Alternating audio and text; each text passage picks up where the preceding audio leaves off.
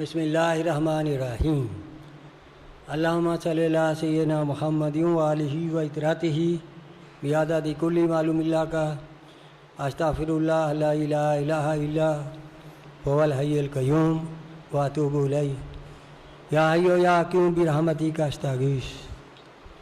محترم برادران اسلام، اللہ نے فرمایا واللہ ولی المتقین، اللہ متقین کو اپنا دوست بنا دیتا ہے۔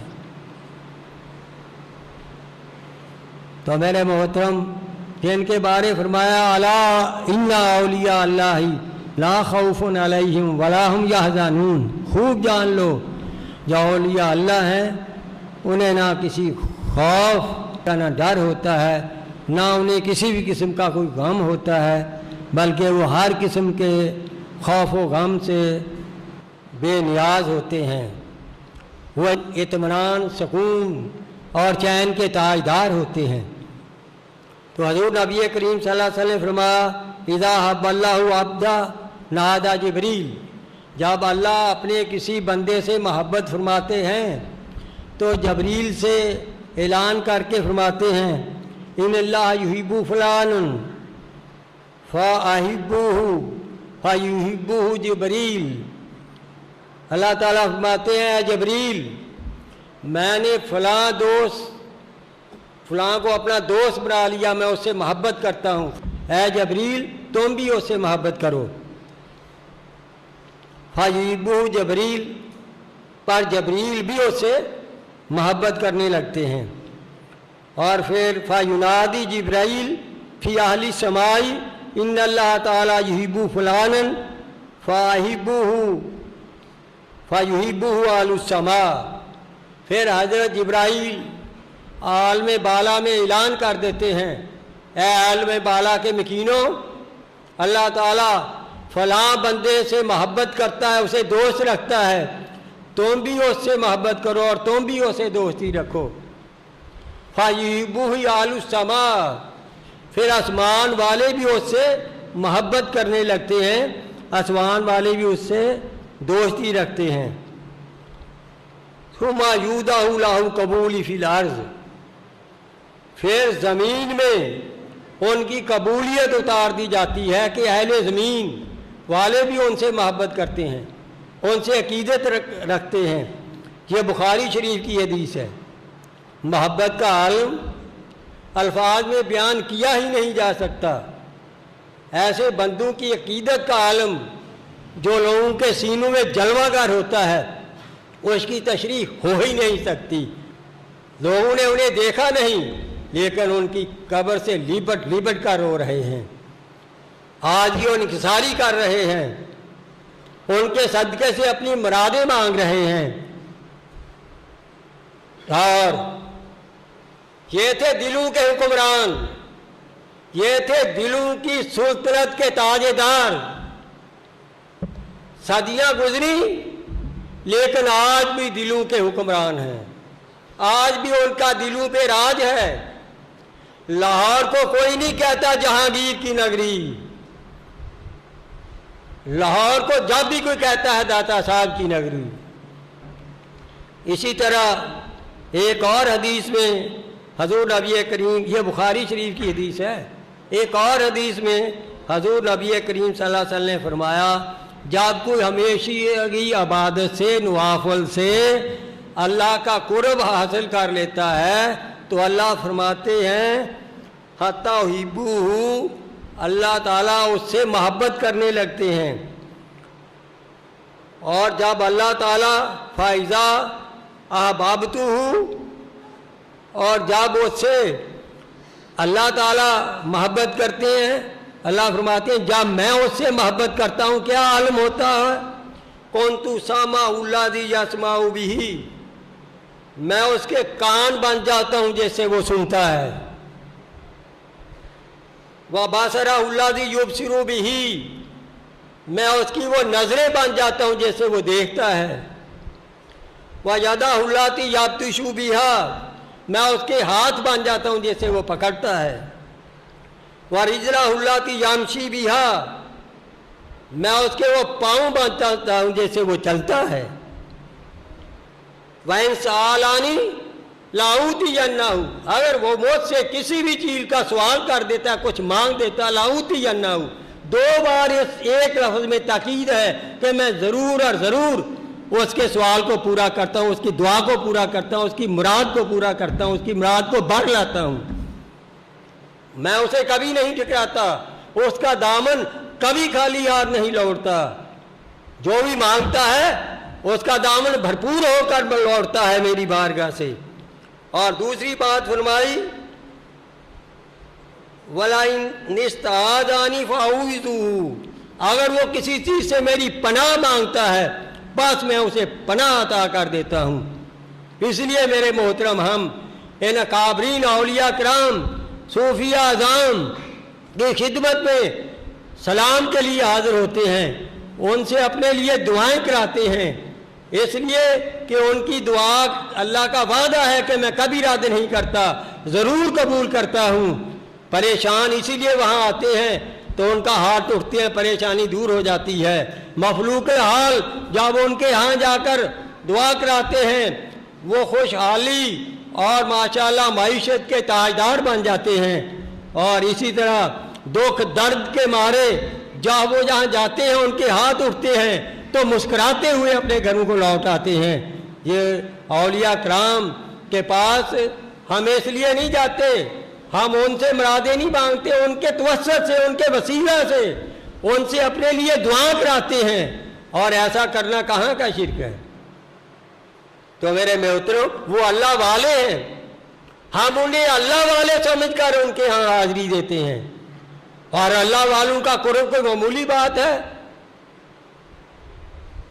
یقدمانہ صحبت با اولیاء بہتر از 7 سالہ طاعت بیریا، ایسے نہیں کہا، یہ ان عبدان حق کا قول ہے جو روحانیت کے تاجدار تھے کہ کسی ولی اللہ کی صحبت میں ایک ساتھ کے لیے رہنا 1000 سالہ بیر عبادت سے افضل ہے، اس سے بھی زیادہ فضیلت رکھتا ہے۔ تو میرے محترم ان کی صحبت میں بیٹھنا کوئی معمولی بات ہے؟ بہت بڑی سعادت اور خوش بختی ہے میرے محترم۔ یہاں تک فرما فَأَكُونُ قَلْبُهُ الَّذِي يَعْقِلُ بِهِ،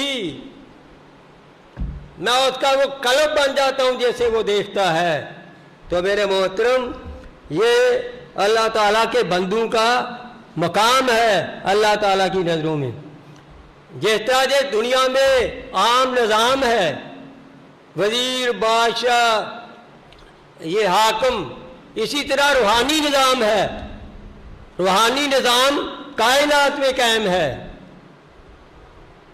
تو میرے محترم وہ کیا ہے؟ حضور نبی کریم صلی اللہ علیہ وسلم نے فرمایا دنیا میں 300 بندے ایسے ہوتے ہیں جو خاص اللہ کے تعلق والے ہوتے ہیں، جن کا خاص طور پر اللہ سے رابطہ ہوتا ہے، اور روحانی نظام کا یہ نظام دنیا میں ہمہ اوقات قائم رہتا ہے۔ فرمایا ان میں سے 300 بندے ایسے ہیں جن کے جسم میں عام دل نہیں ہوتا،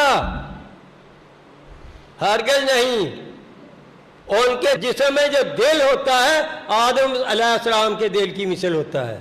300 بندے روحانی ہر وقت دنیا میں موجود رہتے ہیں جن کا جو ہے دل حضرت آدم علیہ السلام کے دل کی مانند ہوتا ہے۔ یہ ٹوٹل 356 بندے ہوتے ہیں۔ اور اس کے بعد فرمایا 40 بندے ایسے ہوتے ہیں جن کے جسموں میں جو دل ہوتے ہیں وہ عام دل نہیں ہوتے، وہ حضرت موسیٰ علیہ السلام کے دل کی مثل ان کے دل ہوتے ہیں۔ اور فرمایا 40 کے اوپر 7 ہوتے ہیں جو ان کے افسر ہیں روحانی نظام میں، ان کے جو دل ہوتے ہیں حضرت ابراہیم علیہ السلام کے دل کی میانت ہوتی ہے، اس کی مثل ہوتے ہیں۔ اور پھر فرمایا 5 کے اوپر 3 ہوتے ہیں جن کے جسم میں جو دل ہوتے ہیں وہ انسانی نہیں ملائکوتی معیار کے ہوتے ہیں، ان کے جسم میں جو دل ہوتے ہیں وہ جبرائیل علیہ السلام کے دل کی مانند ہوتے ہیں۔ اس کے اوپر جو ہے وہ 3 ہوتے ہیں جو ان کے افسر روحانی، ان کے جو دل ہوتے ہیں وہ حضرت میکا علیہ السلام کی مانند ہوتے ہیں۔ دنیا میں ایک ہوتا ہے روحانی نظام کا تاجدار، اس ایک فرد واحد کا دل جو یکساں دماغ ہوتا ہے، اس کا دل جو ہے وہ حضرت اسرافیل علیہ السلام کے دل کی مانند ہوتا ہے، بالکل اللہ کا مقرب، نہ جانے کب حکم ملے اور بگل بجا دے۔ تو میرے محترم یہ روحانی نظام ہے۔ فرمایا ان کی وجہ سے زندگی پیدا کی جاتی ہے، ان کی وجہ سے موت پیدا کی جاتی ہے، ان کی وجہ سے رزق اتارا جاتا ہے، ان کی برکت سے بارشیں کا نزول ہوتا ہے۔ تو میرے محترم یہ ایک روحانی نظام ہے جو کہ اللہ تبارک و تعالی عز و جل ذوالجلال والاکرام ہم نے قائم کیا ہوا ہے۔ تو میرے محترم ان کے بارے میں حضور نبی کریم صلی اللہ علیہ وسلم نے کیا فرمایا؟ اس نظام کے حامل لوگوں کے بارے میں حدیث میں کیا آیا ہے؟ حضرت عمر رضی اللہ تعالیٰ عنہ فرماتے ہیں، ان سے روایت ہے کہ کچھ ایسے بندے بھی ہوتے ہیں ما ہم بھی انبیاء ولا شہداء، کچھ ایسے بھی عظیم بندے ہوتے ہیں نہ وہ نبی ہوتے ہیں نہ وہ شہید ہوتے ہیں، یغبطہم الانبیاء والشہداء یوم القیامہ بمکانہم من اللہ۔ ہاں وہ لوگ ایسے لوگ ہوتے ہیں جن پر قیامت کے دن انبیاء اور شہداء بھی رشک کریں گے، یغبطہم انبیاء، انبیاء ان پہ رشک کریں گے، وشہداء اور شہداء ان پہ رشک کریں گے یوم القیامہ بمکانہم من اللہ، جب وہ اللہ تعالیٰ کے ہاں ان کا مقام دیکھیں گے کتنا بلند ہے، ان کا مقام کتنا عظیم ہے تر ہے۔ تو میرے محترم صحابہ کرام بے چین ہوتے، ایسے عظیم انسان جن کے پاس سے انبیاء بھی رشک اور فخر کرتے ہوئے گزریں گے۔ یا رسول اللہ صلی اللہ علیہ وسلم تخبرنا من ہم، اے اللہ کے حبیب ہمیں بتا دیجئے وہ کون ہوں گے، ان کی نشانی کیا ہے، ان کی پہچان کیا ہے جو اتنی بڑی شانوں والے ہوں گے۔ تو آپ صلی اللہ علیہ وسلم نے فرمایا وہ جو قرآن کریم کے سبب آپس میں محبت کریں گے، قرآن کے لیے آپس میں محبت کریں گے، نہ ان کے درمیان رشتہ داری ہوگی نہ مالی دین یعنی اور کوئی تعلق نہیں ہوگا، قرآن کا تعلق آپس میں قائم کریں گے وہ لوگ۔ اور فرمایا فواللہ ان وجوہہم لنور، آقا فرماتے مجھے اللہ کی قسم ان کے چہرے نور ہوں گے، ان کے چہرے نور و نور ہوں گے۔ فإنہم لعلی نور، وہاں مجھے اللہ کی قسم وہ نور کی کرسیوں پر، نور کے ممبروں پر ان کا فروز ہوں گے، جلوہ فروز ہوں گے۔